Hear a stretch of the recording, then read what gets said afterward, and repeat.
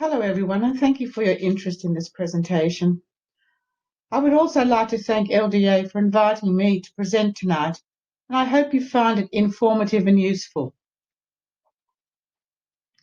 Over the years, I've found that many mainstream teachers have had little training in the needs of EALD students and what a progression of their English learning looks like.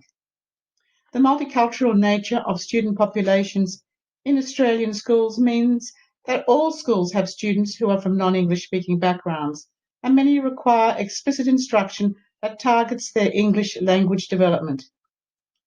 The aim of this session is to provide you with a framework and summary of knowledge that is important to the teaching and learning process of these students.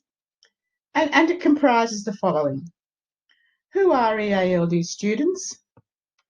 The learning progression, common behaviours in EALD students when learning English, the importance of gathering background data, current research relating to literacy achievement in young EALD students, so developing competence in English versus having a learning difficulty, and finally what the research says about effective assessing and instructional approaches.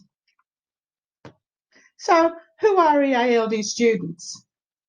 The following definition of these students and considerations for teachers are extracted from the ACARA document, English as an Additional Language or Dialect Teacher Resource, the EALD overview. This and all other references are at the end of this presentation. So, EALD students are those whose first language is a language or dialect other than English and who require additional support to assist them to develop their English language proficiency. And they come from diverse and multicultural backgrounds. They may be overseas or Australian born, whose first language is a language other than English. They may be Aboriginal or Torres Strait Islander students whose first language is a traditional Indigenous language, a Creole or Aboriginal English. They may have schooling equivalent to their age peers in Australia, or limited or no previous education, little or no literacy experience in their first language or indeed in any language. Conversely, they may have excellent literacy skills in their first language or another language, or they may have learned English, say, as a foreign language and have some exposure to written English but need to develop their oral English and written and reading skills. They may already speak one or more languages or dialects other than English. This language knowledge is an advantage when learning an additional language, and along with their life experiences and diverse cultural knowledge, it provides them with resources upon which to build their English language, literacy and education development. They may have good academic language skills, but grapple with the social registers of English. Now, they're generally placed in Australian schools at the year level appropriate for their age, but their cognitive development and life experiences may not correlate with their English language proficiency. For example, a student entering Year 8 at an early phase of English language development may already have covered the learning area content for this year level in mathematics in previous schooling, but may not have had sufficient English proficiency to understand the teacher's explanation of it or to demonstrate their previously acquired knowledge. They may live anywhere in Australia. They may live in advantaged or disadvantaged socio-economic situations. And they may have experienced severe emotional or physical trauma which can affect their learning. We need to be mindful of EALD students with limited schooling. So those who, for a variety of reasons, have been unable to access ongoing and continuous schooling. There's a wide range of proficiency within this group of EALD students. They may require high levels of support, socially, emotionally and culturally, as their Social and cultural expectations may vary greatly. For example, accepted interaction between students and teachers. Also, they may have experienced situations of trauma and indeed even of torture. They may be unfamiliar with accepted classroom routines and the organisational aspects of learning, such as deadlines, dates, and divisions of time. These students benefit greatly from bilingual support where available. They may take more time than other EALD students to understand the concepts and language required in the classroom and to complete classroom tasks. They may be unfamiliar with the purpose of reading and writing, relying heavily on visual cues. And they may struggle with some digital technologies or subject-specific equipment that's commonly used in our classrooms in Australia. In 2018, the Education Forum produced a special review of empirical literature in the issue Preparation and Development of Mainstream Teachers for Today's Linguistically Diverse Classrooms regarding English language learners. The summary of the review concluded that the most important finding that emerged from this review of empirical literature is that to be linguistically responsive to English language learners, mainstream teachers need knowledge of second language development, knowledge that provides a foundation for understanding English language learners and designing instruction for them. This is a very important point because knowledge of how students develop a second language is usually paid scant attention in most teacher training on literacy development. So that brings us to the ACARA English language learning progression and learning English literacy skills. Note that learners of any age may be in any of these 4 stages. Pardon me. The first phase is beginning English, which was formerly called phase 1, and some of you may be more familiar with that term. Here, initially, the student is rarely able to initiate or participate verbally and tends to use gesture and body language. Slowly, they develop single word utterances, building up 2 and 3 words and chunks of familiar everyday language. Later, depending on age and literacy level, they will be able to use very simple present and past tense sentences in both oral and written language. For example, they may say, I seed friend shop. They use their first language, or we call it the L1, for all areas of their literacy development. It's important to keep in mind that under normal learning, personal and emotional situations, this progression usually takes most students approximately 9 months or 3 terms with EALD support, depending on their circumstances. And we'll visit that a little later in this session. So quite a long time. Looking at beginning students with limited literacy backgrounds now. These are students who may have had little or no foundation in continuous formal education. Pardon me. They may speak several languages or dialects, but have limited or no experience with print literacy in these. They can tire easy and may experience high levels of frustration. These students require particular targeted, explicit instruction from both the specialist and classroom teacher. Emerging English, which was formerly called beginning phase 2. In this phase, the student develops what is known as transitional English. They usually participate in and respond to some class activities and use intonation and stress, such as questions and commands to gain meaning. For example, go outside, for are we going outside now? It's beneficial if they can use their first language with their peers. Later in this phase, they develop some subject-specific vocabulary, as well as the simple past, present, and some future tense structures, and also some common irregular verbs such as saw, went.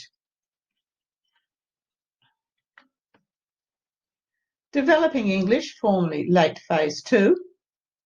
Towards the end of this phase, depending on the student's age, they will have expanded their everyday and frequently used subject-specific vocabulary as well as common irregular verbs. And by now they will have made significant progress and should be able to self-correct simple oral and written language. Their oral language may by now sound quite fluent, but their grammar is still developing.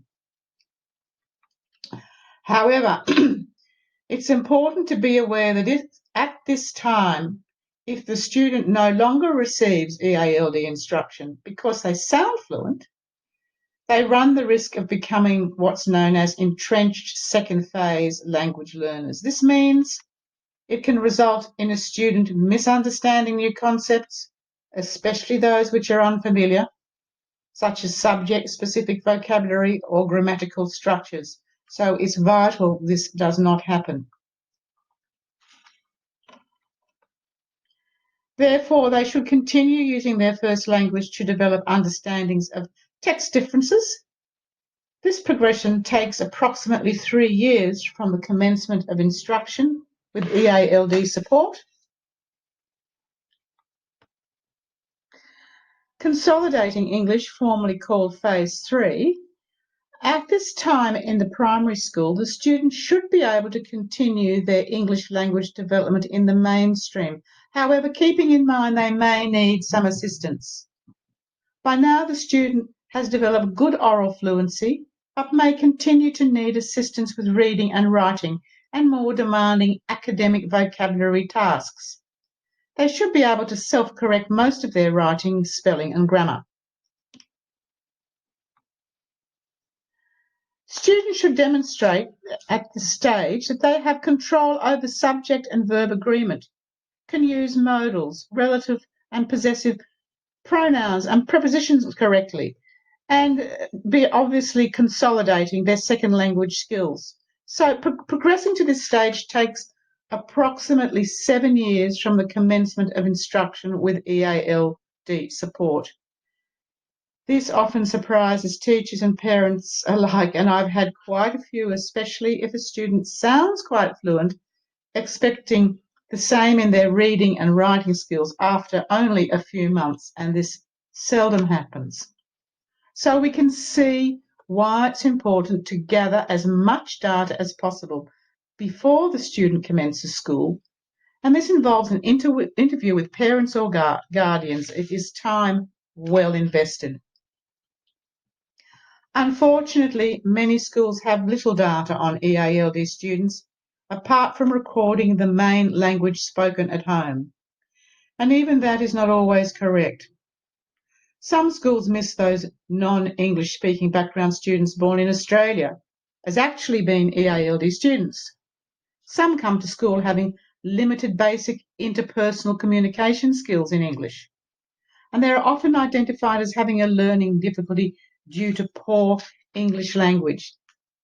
It can be complex, especially if the parents don't reveal home languages on enrolment, feeling it's better to say they speak English. But even with new arrivals, sometimes there is no interview and therefore important data is not gathered. So this brings us to the question, what do we need to know? Well, we need the following information. The length of time the student has been in Australia. Sometimes they are sent ahead of their family or only arrive after their family has been here for a few months.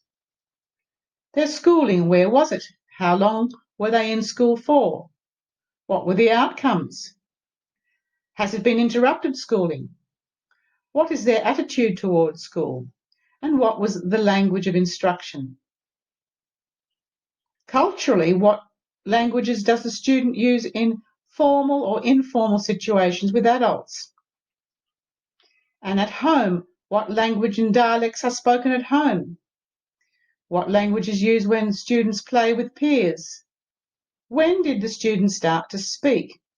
Are they quiet or outgoing in the home setting? How does the family interact with the broader English-speaking mainstream community? And health-wise, a medical history, are there any known psychological or emotional issues? Very important to have this data collected.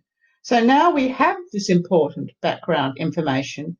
I'd like to dispel a few myths about EALD students who are often labelled as having learning difficulties or no language.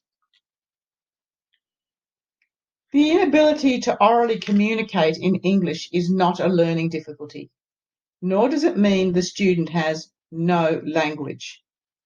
The student already has a first language. English is a new language to be mastered by the student, and as such is an extremely stressful and often difficult process. Conversely, once LT speakers can communicate with their peers, they should be able to learn like their peers. We've seen from the above learning progression that many students may sound quite fluent in their basic oral communication skills after about 9 to 12 months of instruction. But that doesn't mean that they can understand all teacher instruction or academic language associated with the various subject matter and in more advanced concepts.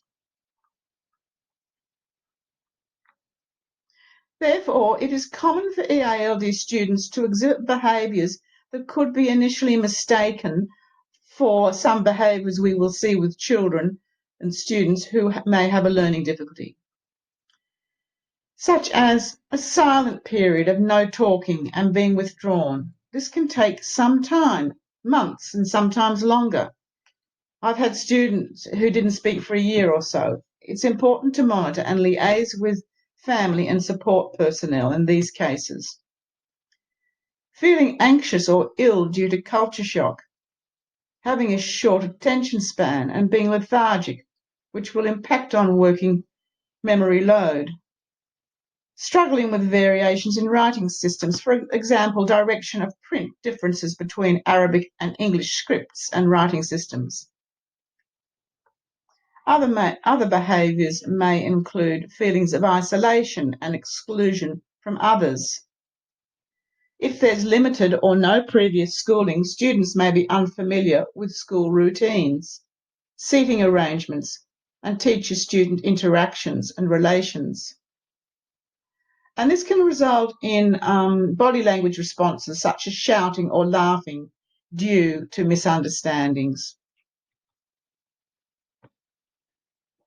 However, if the student continues to struggle or is withdrawn after, say, 4 to 6 months or so, you would be advised to seek assistance via family interviews and a counsellor to look for some of the following factors which could point to the student also having a learning difficulty.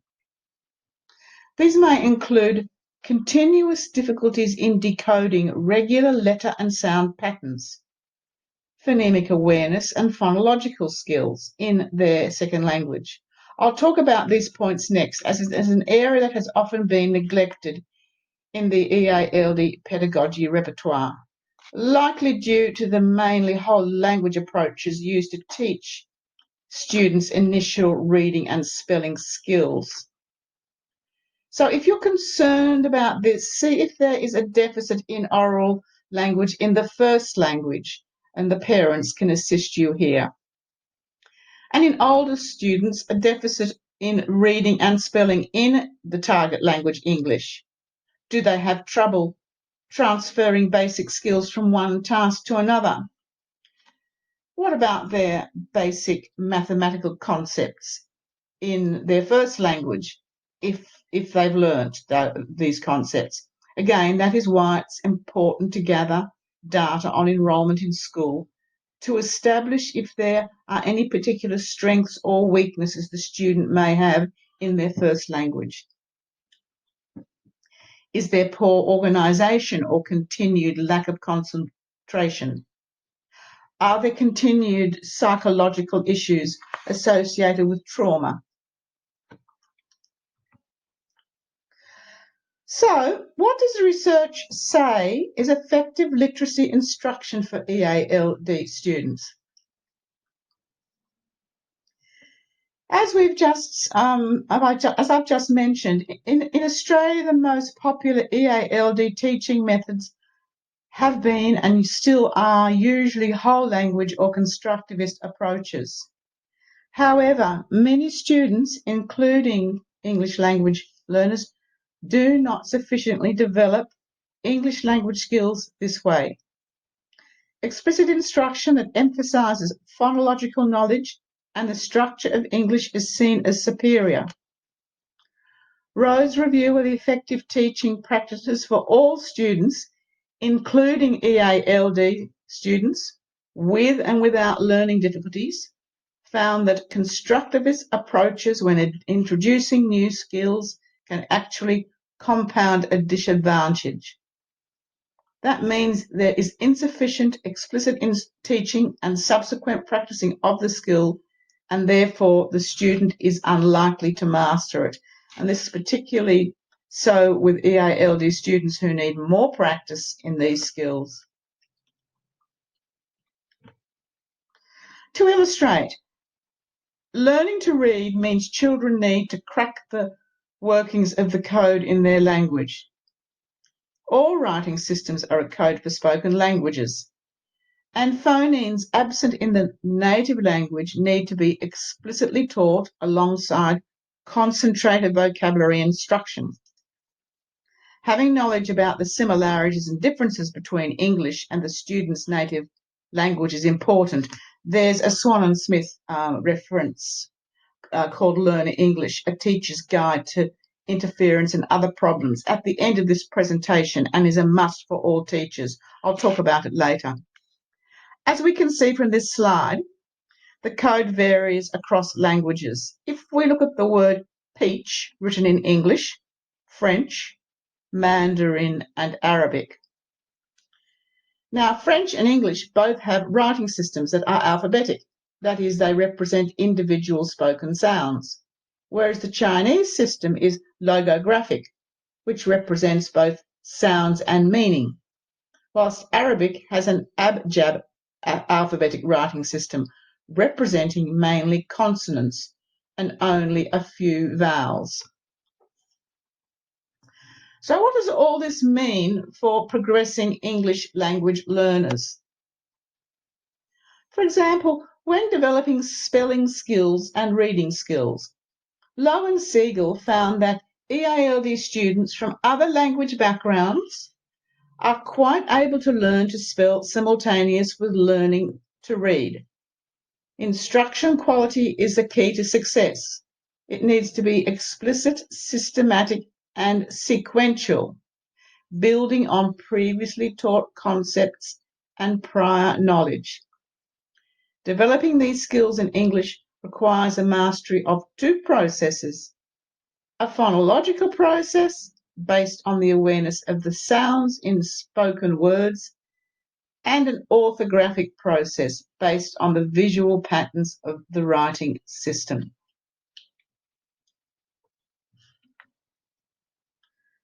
Rosenman and Madeline's 2012 review on the best predictors of literacy achievement in young EALD learners examine identification, assessment, and intervention strategies used to predict literacy achievement in young EALD students.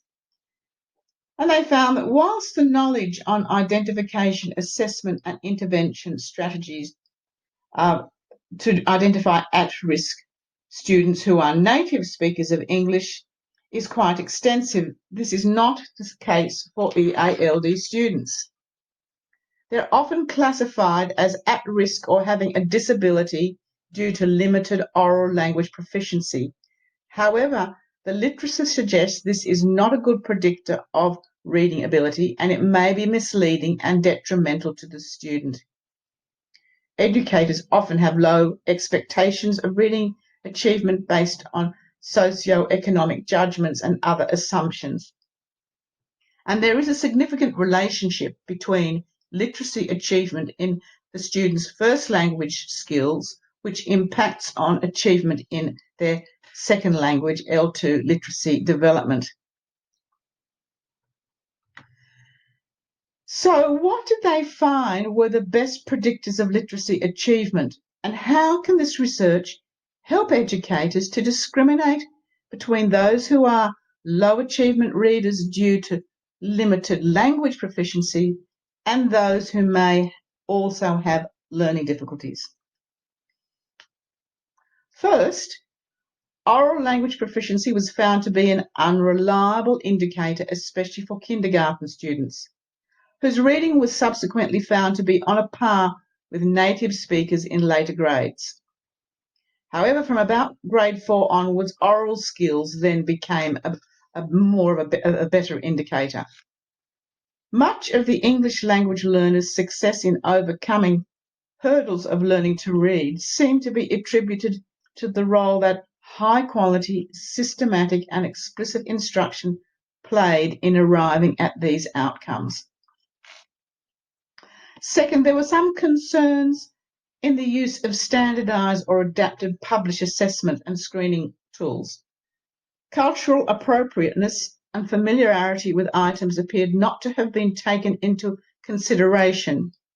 These were conducted as a single assessment, and the importance of conducting ongoing assessment and monitoring student progress was emphasised. And third, they found that teachers need to have a broad knowledge about language, literacy, child development, and individual differences that may impact on learning to read. These should include the development of phonological processing skills, oral language, vocabulary, reading comprehension, and should be explicitly taught. They caution against classifying students prematurely as being at risk. So, to date, what has been found to be the best predictors to discriminate between students who are low achievement readers due to limited language proficiency or those who may also have a learning difficulty? Researchers so far have found that phonological awareness, alphabetical knowledge, print awareness, and rapid naming in English as early predictors appear to show promise for identifying those who may need targeted literacy instruction before being put in a special education class. However, oral proficiency becomes a noticeable predictor of reading comprehension and fluency around 4th grade as texts become more demanding. A 2019 overview of research by Jeva et al. Found that phonological screening tools in English, the second language for these students, can be used to identify reading difficulties irrespective of their limited oral skills. It is a misconception that this can't take place before a student's oral English is well developed. Does the student have a reading disability? Performance on word reading and spelling skills comprising phonological awareness, rapid automatised naming and decoding, and word recognition skills appear to be reliable predictors for identifying children who may benefit from more targeted literacy instruction before receiving special education support. So, to summarise tonight's presentation, it's important that teachers have a good knowledge of how EALD students develop and progress their English language skills.